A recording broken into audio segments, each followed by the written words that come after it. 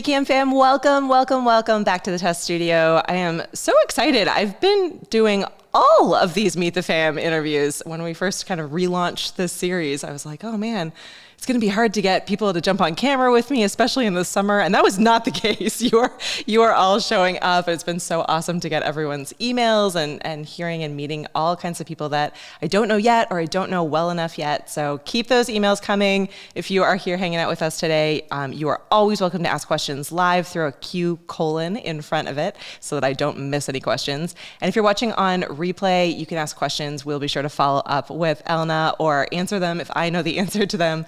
We're big fans of the replay squad here. So whether you're watching live on replay, welcome to the test studio. Hi, I'm Katie. If I don't know you yet, it's so great to be hanging out with you today. We have Mr. Paul, moderator supreme, in the chat with us. We have Luis as well, and I'm sure people are jumping on. How's the weather there? How is everyone doing? Drop me a comment and let me know what's going on there. It's finally summer here in the New England area, so it's like sunny and beautiful out. So I've been enjoying working outside. So if I'm not answering your emails really quickly, that's why I'm hanging out outside. Well, before we jump into today's interview, I just wanted to do a few housekeeping, a few different updates going on around the Ecamm fam. So bear with me here. If you missed it, it is Customer Appreciation Week. So if you swing over to ecamm.tv/appreciation, we are doing a lot and we extended it. So technically it started last week. So it's like Customer Appreciation week and a half here at Ecamm. So if you swing on over to that link, you will find we're doing a huge giveaway. So we are giving away a Rodecaster Pro 2, which is one of the kind of coolest, most fun pieces of audio equipment out there in the fam right now. Everyone is excited about them. Everyone is hanging out and chatting about them. So if you don't have one yet, you could win one. And you could also win a Shure MV7 microphone, which is the microphone that I'm using for this interview and I use here in the test studio all the time. Amazing XLR and USB microphone, plugs right into that Rodecaster Pro 2. So if you don't have one yet, definitely enter that. We also have merch deals still going on the site. So there's some really amazing opportunities to grab some swag throughout this week. And it all ends on June 30th. So if you haven't taken advantage of it yet or entered yet or shared your Ecamm fam photos with us yet, make sure that you do that. We don't want you to miss it. And then the last piece of updated news is that we have a new Discord server. So everyone who's been like, I don't like Facebook, or I'm having a hard time finding stuff, or just really want a different way to be able to connect with people, please swing on by to our Discord server. You can be in both. We're not going to close down our Facebook group. So if you want to connect with other people, it's a little bit easier to find things and navigate around and practice and test in a Discord environment than it is in a Facebook group. So swing on over to ecamm.tv/Discord and you can find us there. Yeah, and like Purple Paisley Planner says, smash the like. Smash the like today. There I am again. I'm back hanging out with you. I see we have Omar. Dr. Omar is hanging out with us. We have Parker in the house. Thanks so much for being here today. I am so excited because we are here talking with Elna Cain. Elna is a content writer, a creator. She's a mom to twins. So I promised her we wouldn't ask any math questions. So no math questions today. And for the past 8 years, she has been working with SaaS companies like Ecamm Live. So any of those subscription as a service companies, helping them with their content strategy. So when she isn't writing, she's creating YouTube videos, or she's shuttling her twins back and forth to soccer and gymnastics practice. Elna, thanks so much for hanging out with us today. I feel you're shuttling. I feel like that's what all I've been doing lately is shuttling. Exactly. I just signed up my twins for swim class now this summer. So more shuttling. And we have road trips planned. I mean, yeah, it's going to be a busy summer for sure for us.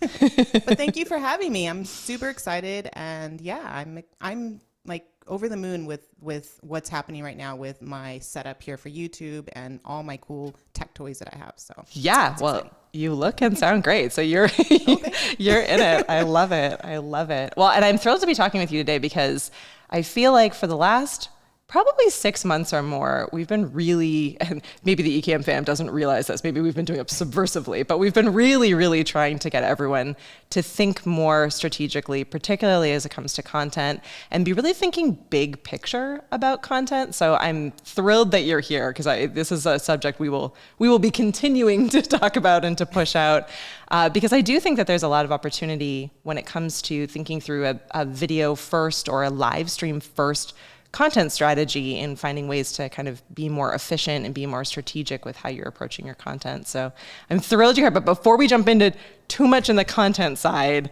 I just would love to hear a little bit more about who you are and kind of how you got into the content strategy game and how you decided to be working with SaaS companies specifically. So why don't you tell us a little bit about you? Yes. So my name is Elna Cain. You can find me on Instagram under my name. I started this whole process when my twins, I had my twins in 2013, and then about a year later in 2014, I actually was no longer, sleep deprived. I actually was able to function without my twins, and my twins didn't need me as much. And I thought there was sort of I needed more in my life. I didn't want to go back to work. I felt that, I don't know, my twins were, just learning to walk. They still needed me. And I didn't feel like leaving the house for 8 hours a day. I wanted to stay home. And I didn't want my husband or have daycare. I just didn't feel that those were viable options at the time. So I decided to find something online. And I was looking at everything. I saw lots of mom blogs and what they were talking about, and virtual assistant was a huge thing back in 2014. Yeah, and it still is. And then later on, Pinterest management. I was like, wow, there's some cool digital businesses that you can start. And one of them that really caught my attention was, I think back then people were calling it sort of staff writing, staff writing under a business, but you can also do it freelancing. Yep. And I'm like, wow, this is pretty cool. I like writing. It's been a passion of mine. I thought, well, why can't I try something like this? So luckily my husband does website development. So he helped me. Perfect fit. I know. Yeah. I know, a perfect fit. So he was very kind enough to set something simple for me in the beginning, because he's like, yeah, okay, Elna, if you want to do something, go ahead. Because he doesn't know. I'm just I have lots of thoughts in my head. I'm like, I'm going to start this. I'm going to do this. But I did. I actually stuck with it. I started my little website, Innovative Inc., and I put my little hire me page, and I was super excited about that. And from there, it just I learned on the job. Yep. And that's, I think, a lot of people who are starting to do online business, their side hustle. You sort of have to learn on the job and try things out and make mistakes. And that's pretty much what I did in the beginning. And then over years and years, I sort of built my brand. And so that's sort of where I'm at right now. I love that. And it's so funny. You and I were talking before we jumped on. We have this very similar background. We have the reverse. So Elna's in Canada, but is an American. And I came from Canada. I'm now in the States. So but we have a really similar background as well in the content marketing space and in the copywriting space. Cause same, I went through school as a English literature major. I thought maybe for a bit I would get into either teaching or journalism, but it just wasn't the right fit. But this idea of kind of, as the online digital space became more popular, there's just so much that you can do with content, and starting with writing is a really great fit, and building up that, a website and SEO and offering services is awesome. And it's so funny now in the video space, because I feel like I came at it from this side and now I'm sort of looking at it from the other side. But if you're watching and you haven't, you're not from a writing background, that doesn't mean that you can't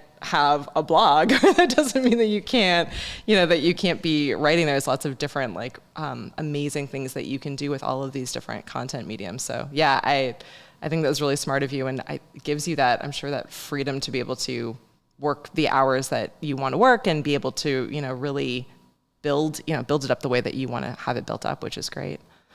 Yeah, I'm fortunate that, I was able to do this in 2014 up until now. So, when COVID hit, I was still versed in and being able to work online, to still have my clients and still work. Yeah. The only new thing was that my twins had online school, so they had that for 2 years basically. And, but it all worked out. I mean, my husband now works with me in my business. That's so awesome. This is like a family hustle kind of thing we're doing here. So it's quite interesting, and it's kind of neat to see my twins. They're 9 years old, seeing what we're doing and interested. Like, I know my son he wants to be like a YouTuber, yeah, and my daughter also, wants to do something like not digital stuff, but she wants to be more entrepreneurial and like make her own little creations and sell them. And I'm like, wow, this is really interesting. And I'm fortunate, I'm fortunate that this happened and I was able to create this life for me. So definitely, I never thought in a million years that this is where I would be right now. So. Yeah, and it seems like the timing just worked out really well for you. I think having that kind of as a, having built it up and we're feeling confident with it before the pandemic hit, I'm sure was huge, to being able to give you that level of confidence, and, being able to kind of pivot around that was tricky, I'm sure, but still huge to have that base. So when did you start getting into video? How did you start kind of approaching adding video into your writing and into the kind of that side of content? Yeah, I mean, that's an interesting thing too, because I personally don't feel like I'm the best with like video marketing or just video being live. And one of the first things I did was a webinar. Back in the day, like I feel so old talking about, but back in the day, webinars were like this huge thing. Yeah. And like anyone had webinars as a lead magnet, as a way to get people to the email. Like, this was 100%. Huge. And so this is what I ended up doing. I tried my first time doing a webinar. I don't even know how I did it or what camera. I don't even know what I did, but I had the webinar. I actually did it. I had people support me and all that. And from there, I realized that this is something viable, that I could do something. I was able to grow my email list with a video. Yep. So when I started new ventures, I started another site for moms. I did the same thing. So I started incorporating more video as a way just to welcome people, especially on my email list. Yep. So I find that a great way, like a great funnel starter, basically. Yep. And then I started on Facebook. I was growing my Facebook page, and I thought, why not I try video on Facebook to do like daily tips? And so I started that, and I think that was when I realized I needed more than what I was using. People were talking about like OBS and like doing DIY stuff, and I'm like, oh my God, this is way too like, I don't have time for that. I mean, this was, and I think I found about Ecamm from another blogger who mentioned that she was using Ecamm, and I'm like, wow, this looks so nice. Like, you have a little picture-in-picture, and she was able to go from her face to the screen.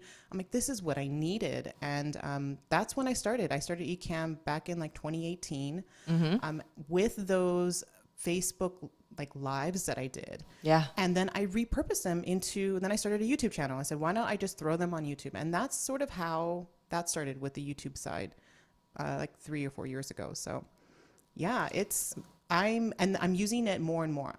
Every year you hear more about video marketing. Yeah. And it's something that I'm relying on more and more. Yeah, it's not too late. So, if you're sitting out there and you haven't started video marketing yet, and you're like, oh no, I've missed the window. I wasn't doing any webinars. It's not. I think people are slowly figuring out ways to incorporate more video into their larger strategy. So, there are people who have been doing it for years, like Elna, who are adding different aspects on. I love that you were doing a daily tip, because I think that's something that comes up over and over again when we're talking to people who are newer to video or newer to live streaming and trying to get past that fear of being on the camera, or, getting familiar with their gear and their equipment that they're using. That like daily, even if it's a really short clip, even if it's not live and it's just like something you're recording and posting up on a channel, can be an amazing way to connect and build an audience, but also just a really great way to practice. Those shorter video clips are huge for that. Mm-hmm. That's exactly what I learned through that process. For the longest time, I think I did a couple lives like with the window behind me for some reason. So I was all blown up and I'm like, oh, I'm supposed to be in front of the window. Like these are things that I didn't even realize. And like, so now I have the window's right in front of me right now. So, it's things like that where I had to find out where to put my ring light so that it's not like covering my glasses, because I wear glasses so you can see things like that. Those little things really, I think when I did those lives, and then when I started doing more YouTube videos that I paid attention to. And it's just recently that I actually started more ramping up video. But before that, I mean, I was very sporadic. I once a month here, I did a couple days there. And now it's more of a strategy. Yeah. Yeah. So how do you approach now building out that strategy for yourself? And I'm sure that some of that echoes into strategy that you offer or give advice for clients. How are you kind of thinking through where video fits in that larger content strategy? I think a lot of it for me personally is just brand building and with, like when you think about the buyer's journey and how a person gets to know a brand to taking action, a lot of it is this awareness. And so I think video is an easy method, an easy vehicle to get people to know, like, and trust you. Yeah. Especially for like solopreneurs like myself, a lot of people that you're the front of the business, you're the brand. Right? Coaches and would benefit. Anyone that is a solopreneur would benefit just having that one-to-one sort of interaction in a video. Like all my YouTube videos are the talking head video like this. Like I don't do lifestyle videos. I don't go vlogging, and that's a great strategy, but that's just not my brand. Yeah. I'm more informational. I'm more teaching, that's my style. And people, I have not clients, but students, because I have programs and stuff that benefit from that. I mean, I just learned the other day that one student watched all my YouTube videos and ended up buying my program. And I'm like, oh my gosh, this works. Like, I didn't realize it. I just wanted to grow my brand and just make sure people know who I am, because I don't know, that's how I resonate with other brands. I want to get to know them. Same with Ecamm. I was watching you on LinkedIn and I was like, wow, Katie's everywhere. I was like, what, everywhere? I know, on LinkedIn. I'm like, oh my gosh. And then I just dove into like, oh, Ecamm has a blog. That's pretty cool. Let me connect and see what I can do. And it's these little things like that where I'm just it's so interesting to see the collaborations that you make. Also these relationships that you make also helps with video and that strategy. Yeah. It's funny because I would say, cover your ears, everyone. But so much of this too is slightly selfish and self-serving as well, because it like at the same time that it gives the opportunity for Ecamm members to kind of get out there and get seen by Ecamm's customers and the reach that we have. It's also incredibly helpful for me to be live on a regular basis and practicing and kind of understanding how the software works and where the pain points and challenges might be for our customers. And then also, learning all of the specific use cases of how everyone is using video and is using Ecamm is super helpful for me, figuring out, maybe there's a potential market that I'm missing, or, I'm thinking about, a niche or a market differently than I should be. So lawyers were like a really great example of this. I shout out to all of our Ecamm lawyers out there. There are a lot of you out there, which is awesome. But talking to some of them, it was amazing that, similar to what you were just saying, many of them were actually using it to just offer advice. So like free legal advice. Mark is one of our Ecamm users, and he's a Canadian immigration lawyer. And at the time where like everyone was, thinking about questions on how to get into Canada because things were disastrous here in the United States, he was just on YouTube doing, live chats or giving, pro tips or just answering things he knew were common questions. And he's not making a ton of money off of those videos, but every single time that he's answering those questions, he's making that content easy to find and providing trustworthy information. When those people need a lawyer, when those people, make a decision that they want to be able to purchase, he's the first person they're thinking of. And I imagine it's the same for you, right? As your customers are going through and they're watching all of your videos, they relate to you, they start trusting you more. And then when it's time for them to decide, okay, I'm going to dive in, I want to do this. It's your course they want to, they want to sign up for. It's you that they want to talk to. That's huge. Doc says, we get a ton of emails from freelance writers every day. Some are done really well, most not even close. We should send them over. We should send them over to your course. Yeah. Come on over. We have a great growing community.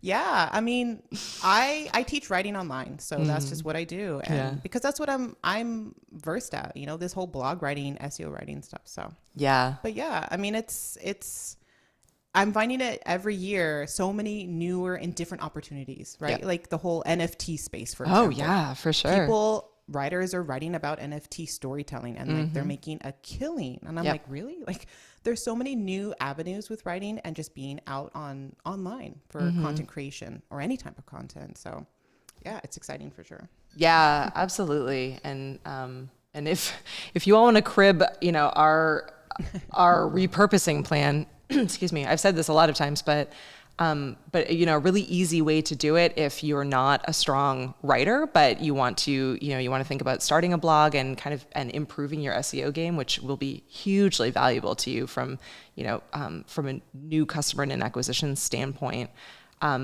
Go live, do interviews like this. If you're already Ecamm users, you have the tool, you generally know how to use it, whether you want to do them as live to tape recorded videos or audio only podcast or a live stream interview, bring these experts on, and then you can grab the transcript from these videos and use that as your outline, as your talking points. You can grab quotes directly from it. It's a really, really great way for people who are either really busy and you don't have an internal, writer, or you maybe don't have a level of expertise in some of the topics are going to rank well for your audience. Bring on an expert and use that video to be able to start that writing process for you and make it a lot easier and a lot faster for you. Don't just edit and post it. I hope Elna will agree with me here. Don't just edit and post it, but use it as an outline to be able to kind of craft those articles. And that's so cool. Yeah, that's so cool. I haven't used Ecamm in this format, so it's new. This is a new thing for me. I've only used it for teaching purposes, like by myself, but I do, and I'm aware of this whole aspect of interviews, so I can definitely utilize that for my teaching. So and same with your talking head videos. I mean, we use a tool called Descript, which I'm sure everyone's sick of me saying at this point, but it does make it really, really easy for like non-editor folks like me to be able to just drag and drop the video in, and then because again I'm from a writing background, it's so easy for me to I can just, search within the text for those sound bites that I know Elna's saying in this interview because I remember talking with her. I can find those and then I can just highlight that and turn that into a video clip, or I can grab that block and then I can put that as a text quote in a blog article that I'm writing. It makes it easier to search it by text versus trying to find, the exact timestamp in the video or having to watch the video over and over again to grab what you're looking for. So yeah, it's oh my gosh. Yeah, we'll get your ideas going. But I'm thinking now. This is the new kick that I'm on. I'm like, hey, if we can do it, think through how we can create video and still be, really effective in getting that blog post or those shorter video clips out in the formats that people want to consume them, right? So there are people who always want to read and they don't want to sit and watch videos. So it's hard. Yeah, there's a lot. There's right now, like you're saying, short videos, the reels, the shorts and all that are really popular. But I'm also finding that even like the live streams that are like 3 hours long, people are sitting and watching it. Yeah. I did my second live stream. It was over an hour, and I was just surprised by how other people just hung with me. And it was just a write with me. So they just saw me typing. I wasn't even talking. I'm like, I'm moving my mic. I'm like, I'm going to focus here. But they stuck around and they watched me write a blog post. It's the weirdest things that people are just interested in knowing my process and how fast I type and what do I do and all that. So I found that was kind of interesting, like with this whole idea of video content. I'm not interested in that much short video, but I just saw on your guys' YouTube page that you're going to do a training on how to do the vertical for reels. And I'm like, now I'm interested. Maybe I'll start that and see if it's going to be super easy for me because I need it to be easy, right? So Yeah. So if you're watching, if you're around on Thursday, Marshall's doing an entire episode all about how to use Ecamm to create vertical videos for TikTok and Reels and YouTube Shorts. It is preposterously easy. It's just a different kind of strategy and mindset. You literally just have to go into Ecamm and select vertical video, tall video format instead of wide. That's it.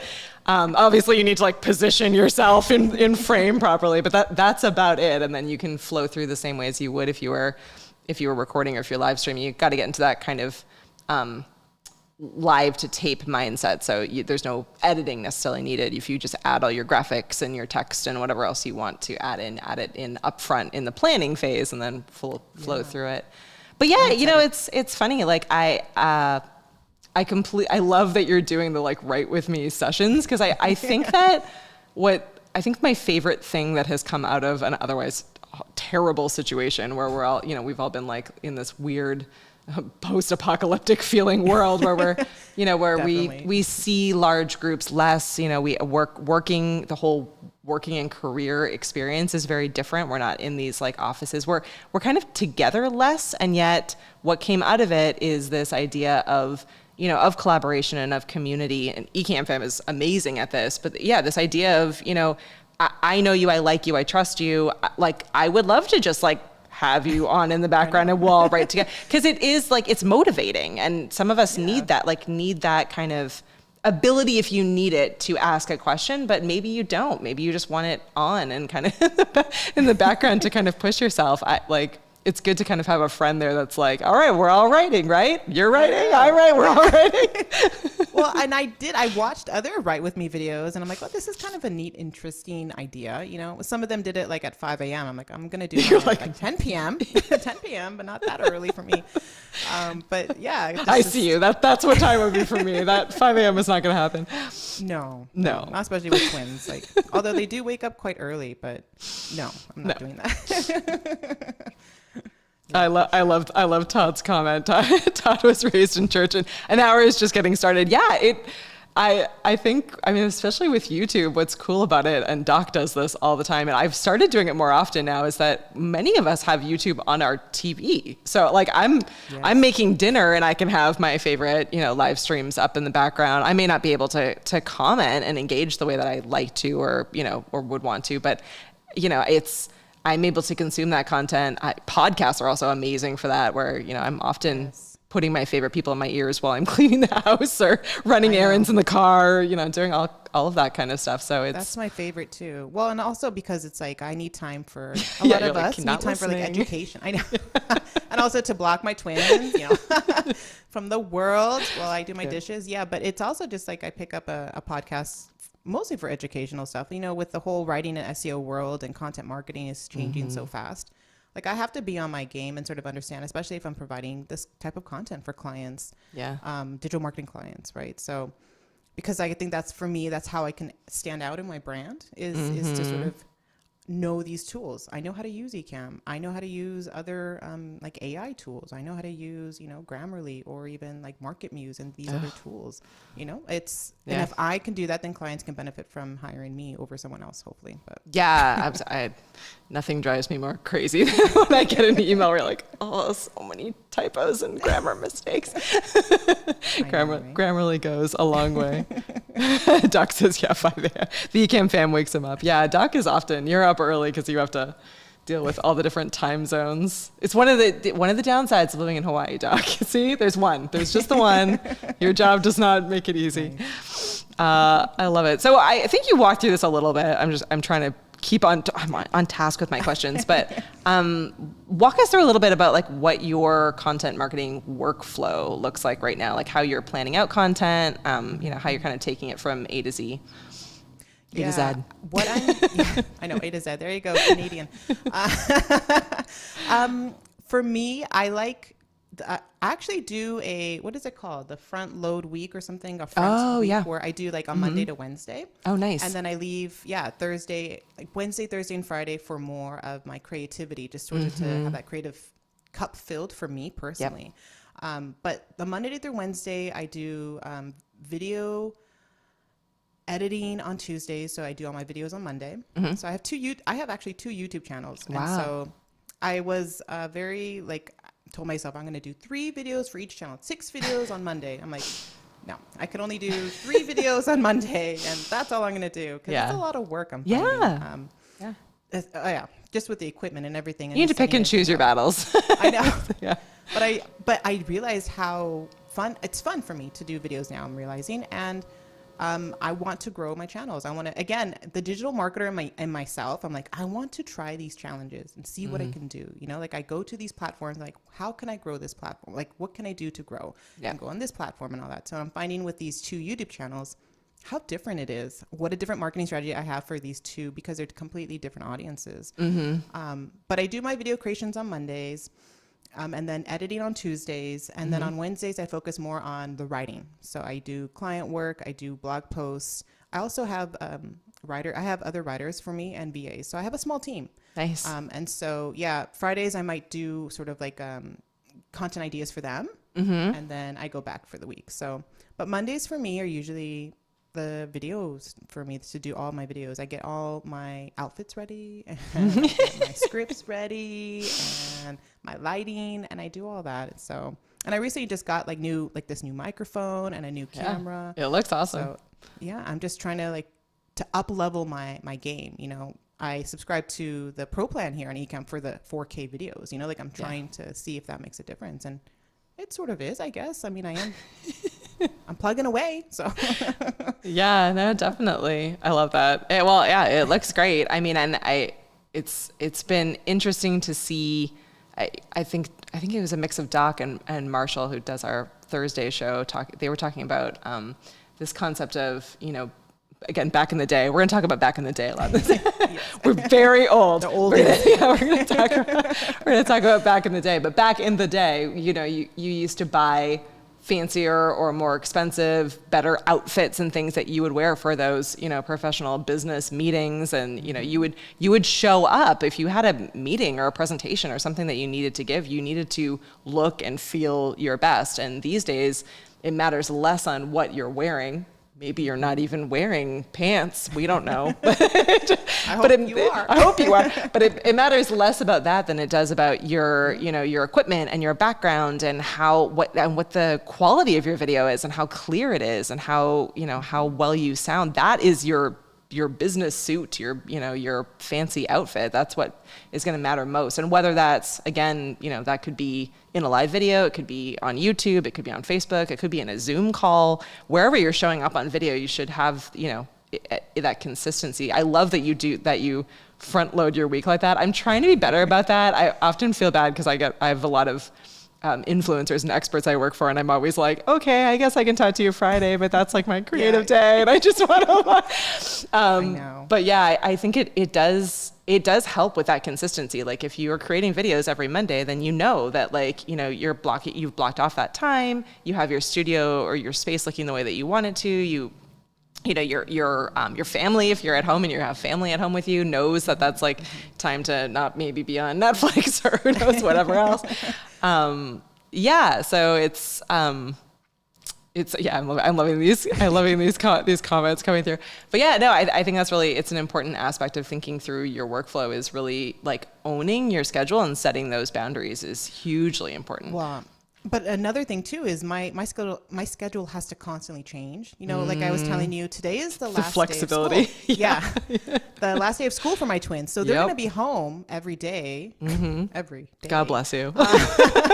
I do have them, like I said, I signed them up for things, but I still have to go and be there and support my twins. But yeah, my summer schedule is completely different. I was telling my mom brand, like where I share tips for moms, that, you know, I can't do a schedule. It is out the window. But what I can do is just set up like little 20-minute tasks throughout the day. You know, if I can do a 20-minute email, or I can do a 20-minute conference call, or I can do pin creation at this time while my kids are eating lunch. That's how I'm going to fill up my day. But yeah, I may not be able to do that Monday through Wednesday. I might have to do a little bit each day, Monday through Friday for the summer. And then in the fall, then I can work back into my front loading my week, because that really helps me. I think Thursday and Friday for me, I just have to decompress, like honestly, like being in this business. I mean, I have 2 brands. I do niche sites. I do a lot, you know, with my time. So I think I need to just chill.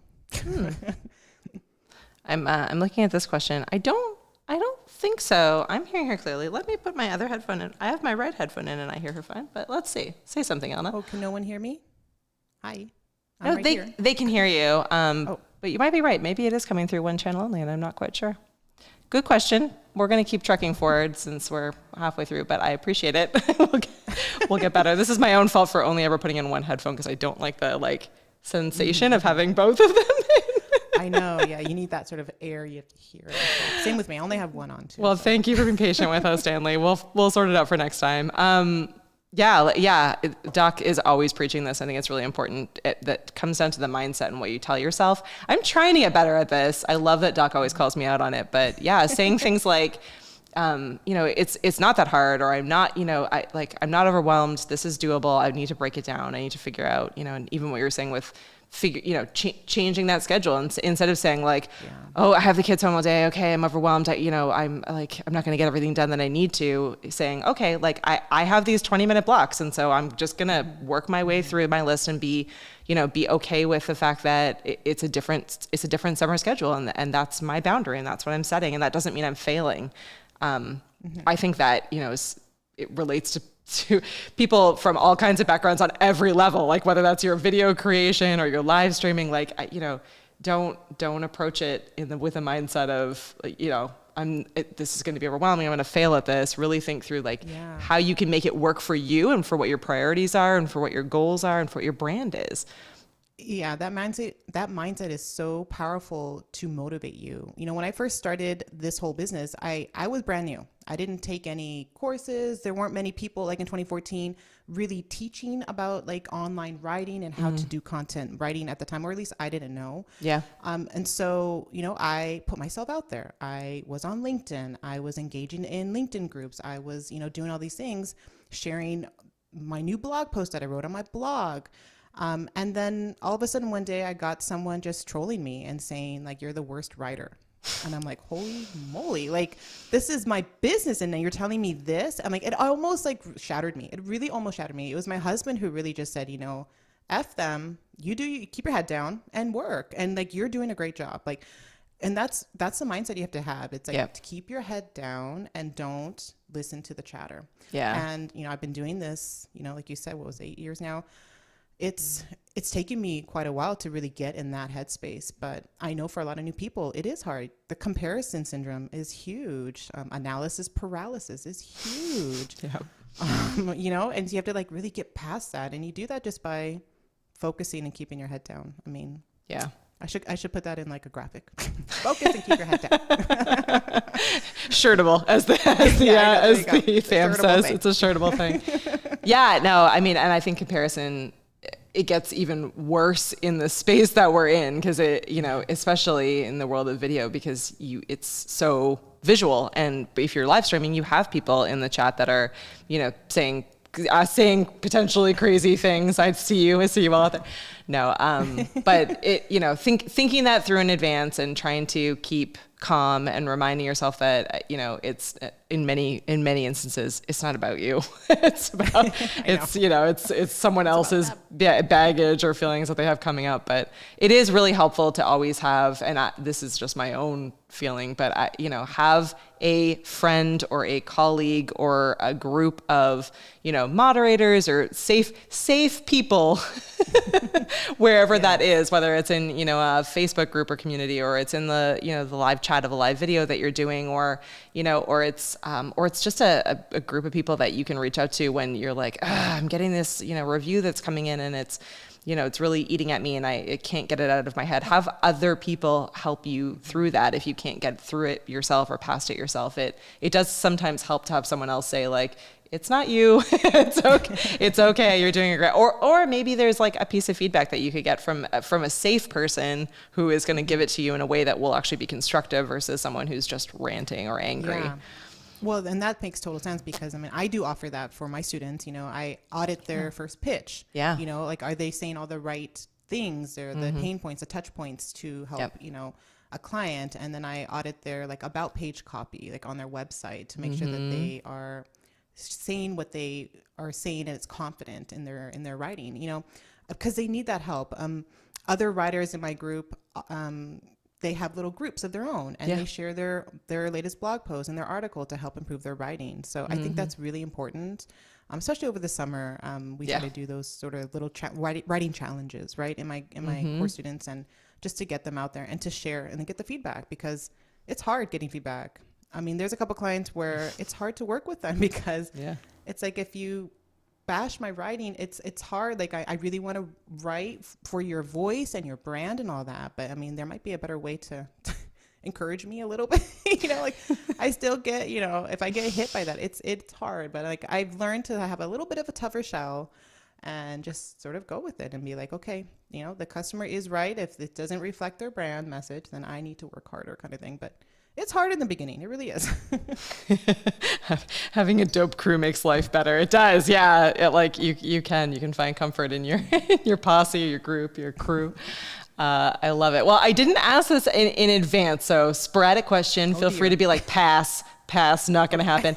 But I do think talking with you that it would be helpful to hear if you have a tip or two or three for approaching writing as it pertains to some of those about us pages and YouTube descriptions. So I know that there are a lot of people in the Ecamm fam who are not writers, who are video creators, or they're just marketing professionals, and they either are with small teams, they may not have a writer or an SEO person on team. How do you what are your top tips for making sure that copy is effective and is really resonating with people as it pertains to descriptions, whether it's an about us description or a video description? Yeah, I mean, they're two different things. Fair enough. You can take it. But the about, well, the about page for me, for the copy, I really like to, a lot of people think when they write their about page, it's just mostly about their life story. Like, this is how I started and my love of writing, and, I won spelling bees, and now, can you hire me, kind of thing. And it's like, well, hold on, there's a lot going on here. So I structure my about page sort of as a introduction to my knowledge as a writer. Mm-hmm. So I weave in the pain points for clients that need writing with touch points of who I am as a person. I'm a mom. I have twins. Sometimes I might say where you live. Like, I live in Northern Canada, because that also can attract. I'm finding when I mention that I'm Canadian, attracting Canadian sectors. Like, Walmart, for some reason, found me, and it was the Canadian Walmart. And like, I'm following GoDaddy in the Canada section. So I'm just finding like a whole new world. But anyways, the about page copy for me is the touch points of the clients, of telling them what your business provides and how that weaves into you as a brand. Like, I really focus, because my brand is me. And so my about page is focused on that aspect of what I can do for them. Basically, what my knowledge and experience in this industry is going to help you, kind of thing. So, but then with YouTube descriptions is something different. That's for me. I'm learning on that. I find that, I'm learning how to structure them. But for me, it's, whatever keyword that I'm targeting, which is a hit and miss.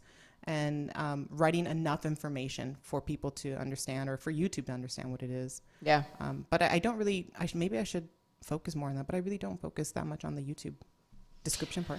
Yeah. I mean, it can be really, really valuable. And I feel like what you actually said for About Us pages is in some ways kind of similar to at least how we're approaching YouTube descriptions, in that I do think that thinking through not just what the keyword is, but what the pain point is that video is solving. Like, you should always be offering some kind of helpful information, or it's a tutorial that's, solving a challenge or a pain point. And so, getting into that perspective and thinking about that in the YouTube description is hugely important. And then also thinking through what additional content you can offer in that description that might be helpful for someone that's watching the video. So, in many cases, that's extra resource links. Often now we're actually adding the blog post link that accompanies it. So it's kind of like our show notes. And people have been finding that helpful, and it's helpful for us when we're, live to be able to say hey, you can grab, check out Elna's website, right? Right? That was in the description. Paul can grab that. Video bio makes a great bonus page.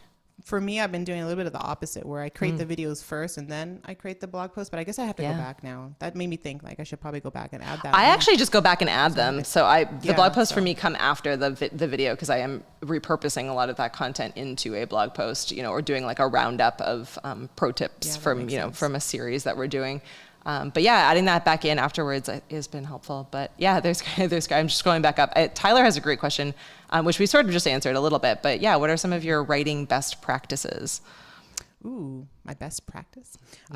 For me, I use music to help me. There's big studies around there that music, I guess, opens your mind. It makes you calmer, more creative. And so for me, I can listen to any type of music. It doesn't have to, I can't listen to like rap music or anything, but I can listen to, just basic hits or whatever, and I can focus. So I use music to help me, and you have to find your like sort of optimal time to write. And that takes practice to figure out when that time is. For me, it's the morning. The morning I am most refreshed. But lately I've been finding there's a period around like the 10 p.m. where I was hyper focused. So I did the live on that 10 p.m. block. And for me, that's a nice block from 10 to 11. I can focus at that time.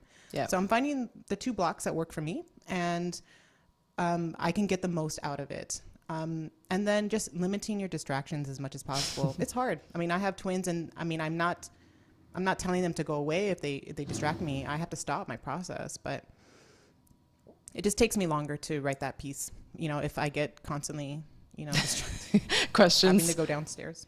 Endless questions. I think that's huge. Really thinking through the time. I find that even like in my personal writing, like having that block of time where you feel most motivated or creative, and making that change if you need to is huge. So that was a great question. I love it, Tyler. Just going through here the comments. Yeah, YouTube descriptions you're absolutely right, Doc. So they're not necessarily for people to read. Although Ecamm fam does tend to read them when we're doing live things. But yeah, I mean, predominantly we're really trying to think through, and same with blog posts. I mean, what is going to get pulled into Google or a search engine? What's going to get discovered? And really, and I'd love your perspective on this as well, but in the SEO courses that I've taken, it really comes back down to, really understanding who your audience is and what their pain points are, and then just writing like a human. So really not overthinking it too much, and not throwing in so many different keywords. Like, you want it to be digestible and readable, but not feel, like it's just been automated or grabbed from somewhere. Like, logical, and titles of this are always where I feel this the most. It's like, as a marketer, we're always like, we want it to be something like snappy and, with lots of wordplay, but really the more simple and obvious and clear that it is, the better. So yeah, I totally agree with that. The headlines and the subtopics, I think Google really just looks at that, right? Mostly, and then if you have whatever the main topic is. But it's hard for me. I mean, like I said, I've been doing this for so many years that I feel now that I am writing a little bit too much SEO. And that's why I started on Medium. If you know about Medium, is a blogging platform, and I can sort of be myself and not have to worry about SEO, not have to worry about ranking. I can just write freely. Yeah. That for me really helps me not have this mindset of keywords, for me, it's like second nature now. And so I have to teach myself not to do that. Right. It's a little bit different. I have to teach myself to sort of be more, like you said, more conversational, conversational a little bit. Yeah.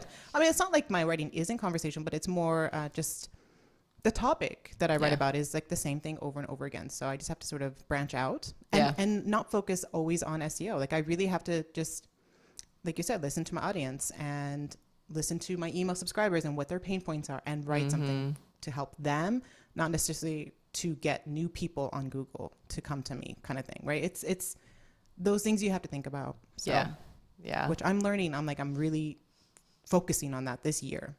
Well, and it's always changing too. So things that used to work even, a year ago or not, don't necessarily work anymore. And they're, how people are approaching content across all content forms is shifting so regularly. So I think what you said at the top of the hour on, really spending time to continue to educate yourself, and whether that's, listening to podcasts or watching YouTube videos or being part of a community or a network or attending conferences or events, like those moments of watching and learning and being nimble to adjust to that is going to be really huge in this digital space, whether it's content marketing or video or any of these different online mediums are constantly changing. There's no right.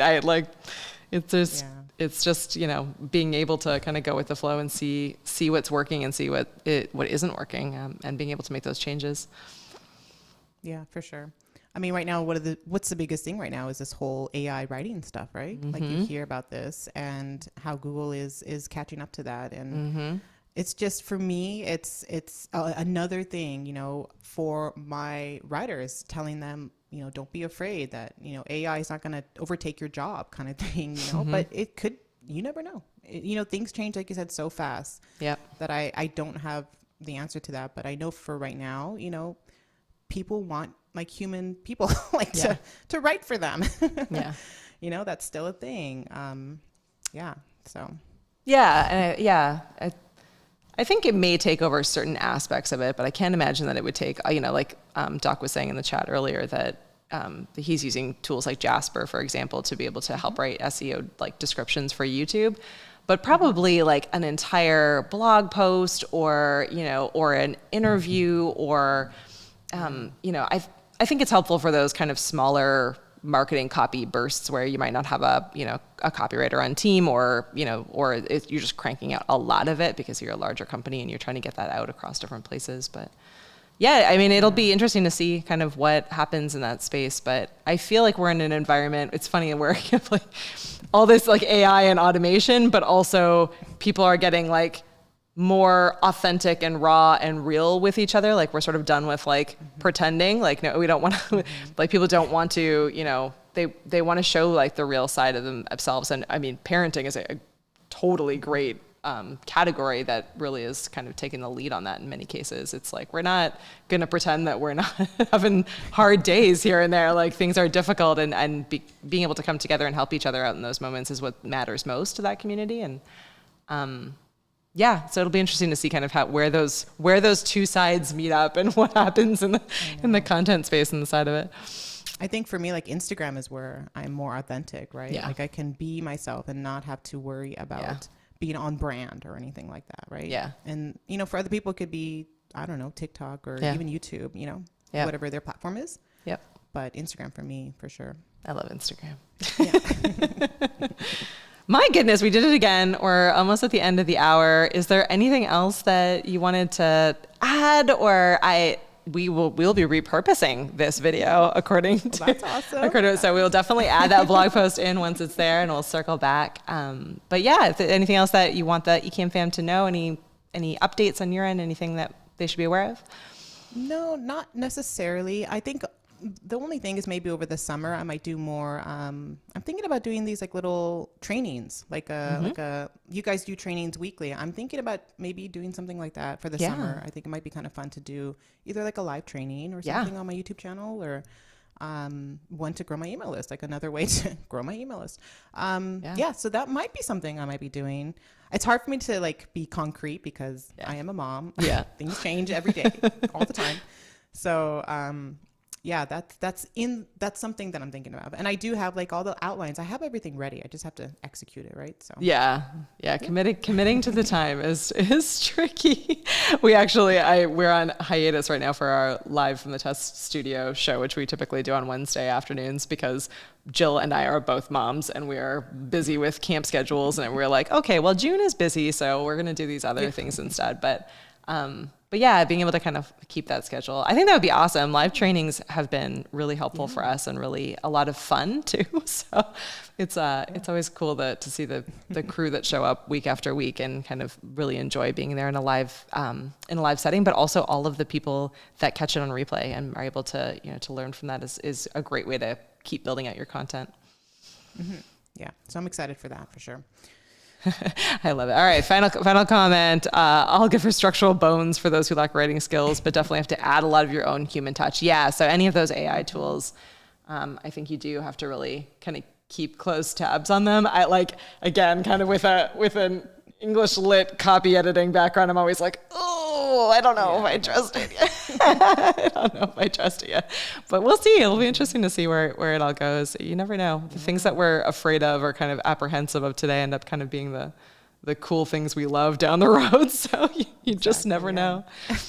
Oh my goodness. Sure. Well, Elna, thank you so much for taking the time and spending time with us today. I really appreciate it. And thanks to the crew, Paul and Doc and Luis, and I see Keely there and everyone else who jumped on and hung out with us today. Any questions that come up after we're done and no longer live, we'll still come back and answer. So don't feel like you missed out. If you're a replay crew, let us know.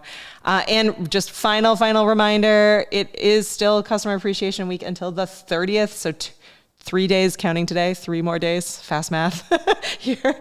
But make sure that you swing on over to ecamm.tv/appreciation so you can let us appreciate you. Please let us help you out in that. And then again, Discord, if you want to hang out with us in the Discord server, it's a really great space to get to know people. You can direct message them a lot easier, find your kind of niche, whether that's you're a presenter or a podcaster or an affiliate in that space.